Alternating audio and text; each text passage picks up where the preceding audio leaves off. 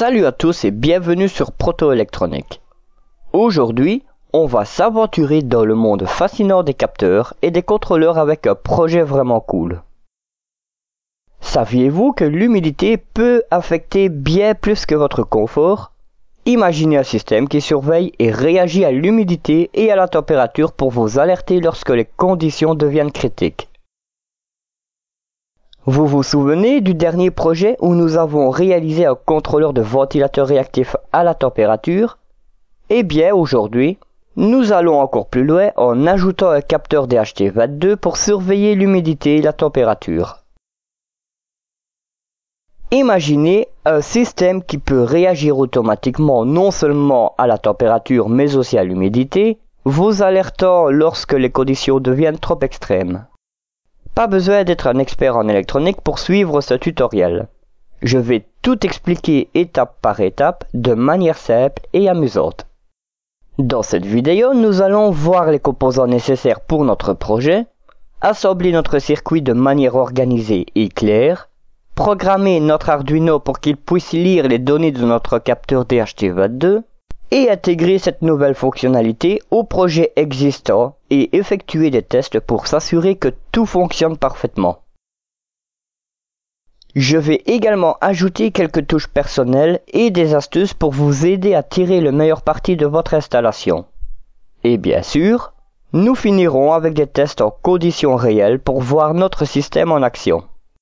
Restez avec moi jusqu'à la fin pour découvrir comment transformer votre espace en un environnement contrôlé de manière intelligente. Abonnez-vous à Proto-Électronique pour ne rien manquer de mes prochaines explorations technologiques. Prêt à commencer? Allons-y.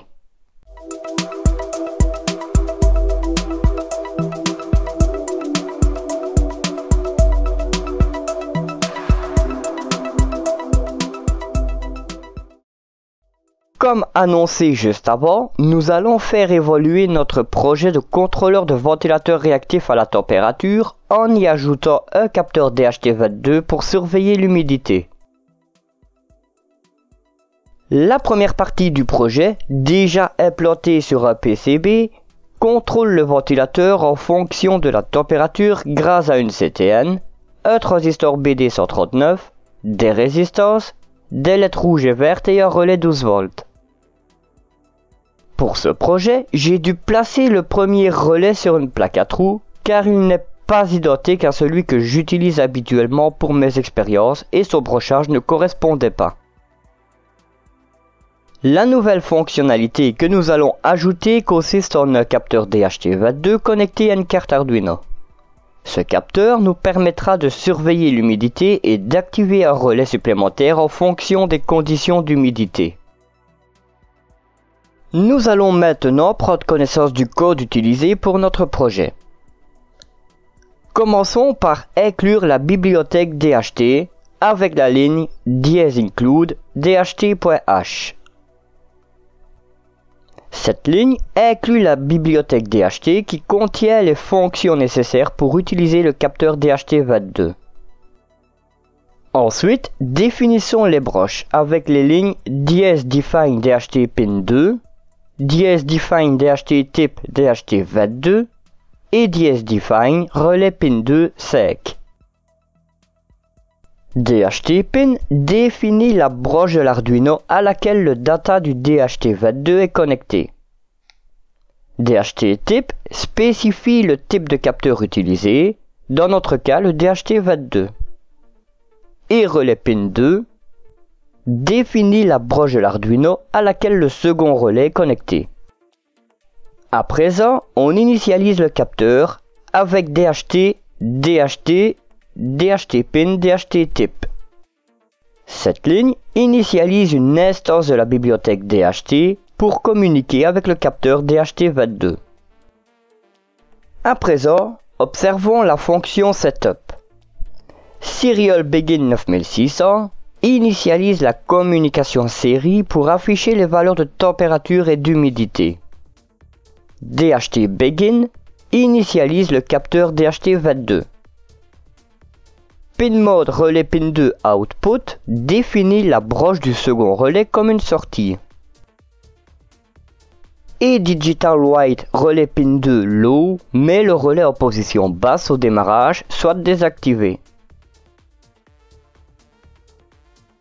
Regardons de plus près la fonction loop où tout se déroule. Float h égale dht.read humidity et float t égale dht.read température lisse l'humidité et la température du capteur. If isNaN h et isNaN t vérifie si la lecture du capteur a échoué. La fonction isNaN retourne true soit vrai si la valeur fournie est not a number, nan, et false soit faux si la valeur fournie est un nombre valide. Cela aide à identifier si les valeurs lues du capteur sont valides ou non. Serial print affiche les valeurs de température et d'humidité sur le moniteur série. If h supérieur à 60.0 vérifie si l'humidité est supérieure à 60%. Si oui, le relais est activé soit position haute, sinon il est désactivé soit position basse. Et enfin, delay 2000 introduit un délai de 2 secondes entre chaque lecture. En conclusion, utiliser isNaN dans notre projet garantit que nous traitons uniquement des valeurs valides provenant du capteur DHT22, évitant ainsi des erreurs potentielles et améliorant la fiabilité de notre système. Essayez ce code chez vous et partagez vos résultats dans les commentaires. Si vous avez des questions ou des suggestions, n'hésitez pas à les poser. Nous allons maintenant prendre connaissance du schéma de principe de notre projet. Nous avons un capteur DHT22 qui mesure la température et l'humidité. Ce capteur envoie ces informations à la carte Arduino. L'Arduino, qui est le cerveau de notre projet, analyse les données reçues du capteur et décide d'activer ou de désactiver le second relais en fonction des mesures d'humidité. Lorsque le taux d'humidité atteint 60%, l'Arduino active le second relais. Ce relais agit comme un interrupteur contrôlé par l'Arduino, changeant la position de ses contacts pour connecter ou déconnecter le circuit. Le contact normalement ouvert de ce relais est relié à l'alimentation 12 volts et le contact normalement fermé est relié à la masse. Une diode EN4007 est connectée avec son anode à la borne commune des contacts du second relais et sa cathode au contact normalement ouvert du premier relais. Cette diode a un rôle crucial. Elle empêche le courant provenant du premier relais d'atteindre les contacts du second relais, assurant ainsi que les deux relais fonctionnent indépendamment et qu'il n'y a pas de rétroaction indésirable qui pourrait affecter le fonctionnement global du système. En résumé, le capteur DHT22 mesure les conditions environnementales et envoie ces informations à l'Arduino. Lorsque l'humidité dépasse le seuil de 60%, l'Arduino active le second relais pour contrôler la LED rouge, le ventilateur et le buzzer. La diode EN4007 empêche toute interférence entre les relais, garantissant un fonctionnement sécurisé et efficace du circuit. Nous allons maintenant prendre connaissance du schéma d'implantation de notre projet. Le capteur DHT22 a trois connexions principales: la broche de données, la broche VCC et la broche GND. La broche de données du capteur DHT22 est connectée à la broche numérique 2 de l'Arduino. La broche VCC est connectée à l'alimentation 5 volts et la broche GND est reliée à la masse de l'Arduino. Le module relais pour Arduino possède trois broches: VCC, GND et IN. La broche VCC du module relais est connectée à l'alimentation 5 volts de l'Arduino. La broche GND est reliée à la masse de l'Arduino et la broche IN est connectée à la broche numérique 5 de l'Arduino. Le relais agit comme un interrupteur contrôlé par l'Arduino. Le contact normalement ouvert du relais est relié à l'alimentation 12 volts et le contact normalement fermé est relié à la masse. Une diode N4007 est connectée avec son anode à la borne commune des contacts du second relais et sa cathode au contact normalement ouvert du premier relais. Cette diode empêche le courant provenant du premier relais, s'il est activé, d'atteindre les contacts du second relais, assurant ainsi que les deux relais fonctionnent indépendamment. À présent, voici la liste des composants dont nous aurons besoin pour réaliser la partie détection d'humidité. Il nous faut une carte Arduino Uno, une platine d'expérimentation, une résistance de 10 kΩ dont les anneaux sont marron, noir, orange, or, un capteur DHT22, un module relais 5 volts, une diode EN4007, des fils de connexion et un câble USB pour l'alimentation de la carte Arduino.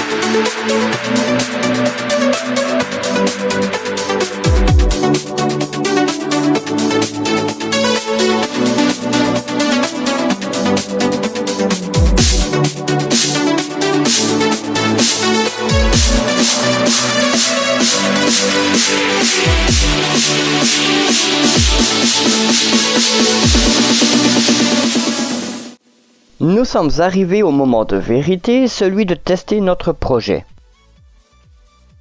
Avant toute chose, assurons-nous que toutes les connexions sont bien fixées et que le circuit est stable. Aussi, branchons le câble USB à l'Arduino pour alimenter la carte et alimentons le circuit principal. Commençons par tester la CTN avec une flamme. Utilisons une source de chaleur comme une flamme de manière sécurisée et contrôlée pour augmenter la température près de la CTN. Lorsque la température augmente, vérifions que le premier relais s'enclenche, éteignant la LED verte et allumant la LED rouge, activant le ventilateur et le buzzer. Retirons la source de chaleur et observons le retour des valeurs à la normale. Assurons-nous que le relais revient au repos, éteignant la LED rouge, le ventilateur et le buzzer, et allumant la LED verte. Maintenant, testons le capteur d'humidité.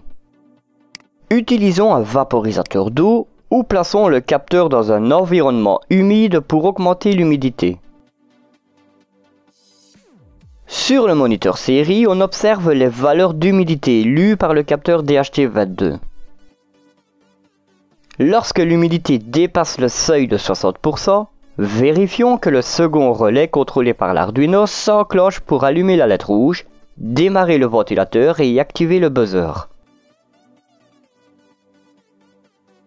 Ramenons le capteur dans un environnement à humidité normale. Assurons-nous que le relais se désactive et que la LED rouge, le ventilateur et le buzzer s'éteignent. En conclusion, notre projet fonctionne comme prévu, avec le circuit contrôlé par la CTN réagissant aux variations de température indépendamment de l'Arduino, et le circuit contrôlé par la carte Arduino réagissant aux variations d'humidité grâce au capteur DHT22. Ces tests nous ont permis de vérifier que tous les composants s'activent et se désactivent correctement en fonction des conditions environnementales.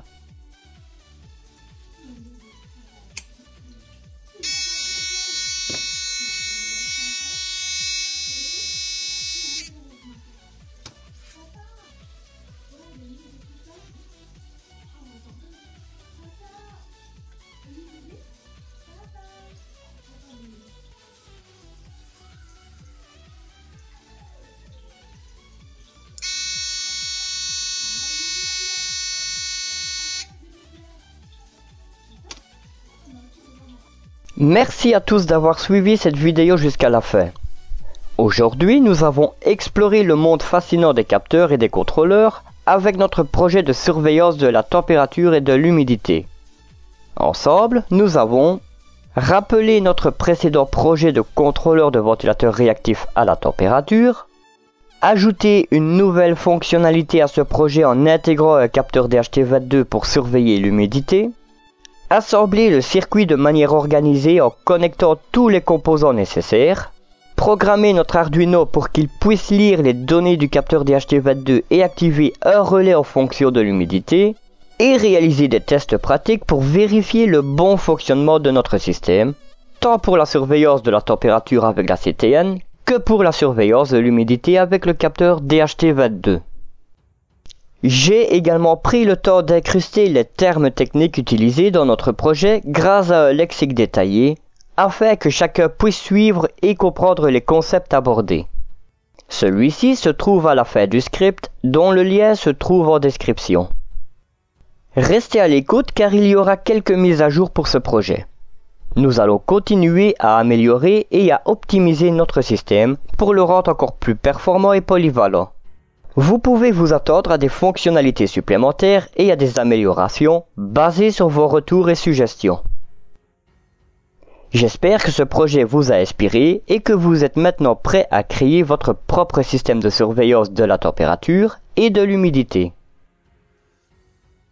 Si vous avez des questions, des suggestions ou des idées d'amélioration, n'hésitez pas à les partager dans les commentaires. Vos retours sont précieux et permettent à la communauté proto-électronique de grandir et de s'enrichir. Pensez à vous abonner à la chaîne proto-électronique pour ne manquer aucune de mes prochaines vidéos. Ensemble, nous continuerons à explorer et à repousser les limites de la technologie avec des projets toujours plus innovants et captivants. Merci encore pour votre soutien, restez curieux, créatifs et passionnés.